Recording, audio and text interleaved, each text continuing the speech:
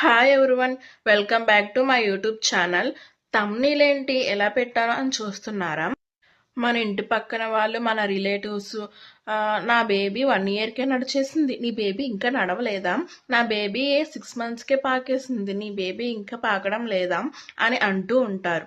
ఇలాంటి సిచ్యువేషన్స్ నేను ఫేస్ చేశాను. నేనే కాదు, ప్రతి మదర్ ఏదో ఒక సిచ్యువేషన్లో ఫేస్ చేస్తూనే ఉంటారు. ఇప్పుడైతే మనం మైల్ స్టోన్స్లో రెడ్ ఫ్లాగ్స్ గురించి మాట్లాడుకుందాం. So every baby is different. So వాళ్ళ ఓన్ వేలో వాళ్ళ మైల్ స్టోన్స్ అనేవి రీచ్ అవుతూ ఉంటారు. డెలివరీ అయ్యాక ఒక మదర్గా నన్ను ఏమన్నా నాకేం బాధ అనిపించదు. బట్ నా బేబీని ఒక్క మాట అన్నా నాకు బ్లడ్ అంతా బాయిల్ అయిపోద్ది. ఇదేనేమో మదర్ లవ్ అంటే. సో మైల్ స్టోన్స్ లేట్గా రీచ్ అవుతున్నారు అంటే ఆ బేబీ అన్హెల్దీగా ఉన్నట్టు కాదు. ఇందాక మనం చెప్పుకున్నట్టు వాళ్ళ ఓన్ వేలో వాళ్ళ మైల్ స్టోన్స్ అనేవి రీచ్ అవుతూ ఉంటారు. వేదాంశ్ అయితే మిగతా పిల్లల మీద 1 మంత్ లేట్గానే నడిచాడు. దానికి కారణం కూడా మేమే.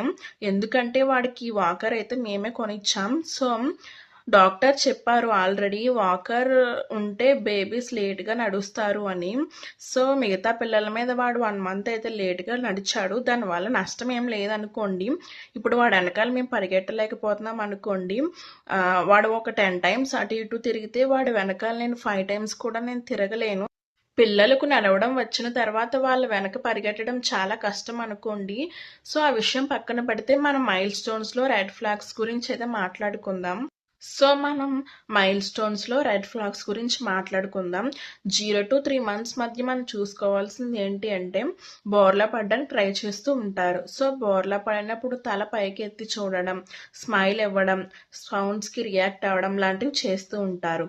దీనిలో రెడ్ ఫ్లాగ్స్ గురించి మాట్లాడుకుంటే, స్మైల్ ఇవ్వకపోవడం, కదిలే వస్తువులను కళ్ళతో మాత్రమే అబ్జర్వ్ చేయడం, సౌండ్స్ వచ్చినా రెస్పాండ్ అవ్వకపోవడం లాంటివి రెడ్ ఫ్లాగ్గా చెప్పుకోవచ్చు.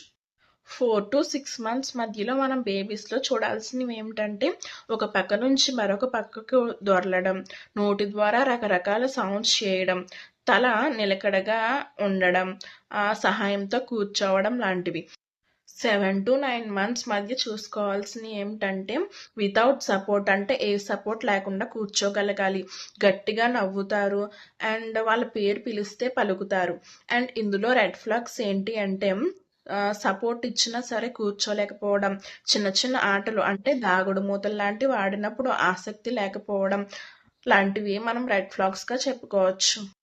10 to 12 months మధ్య చూసుకోవాల్సినవి ఏమిటంటే, బేబీస్ సపోర్ట్తో నుంచోవడం, చిన్న చిన్న పదాలు అంటే అమ్మ, నాన్న అని పలకడానికి ట్రై చేస్తూ ఉంటారు. అండ్ బాయ్ బాయ్ చెప్పడానికి కూడా హ్యాండ్ ఊపడానికి ట్రై చేస్తూ ఉంటారు.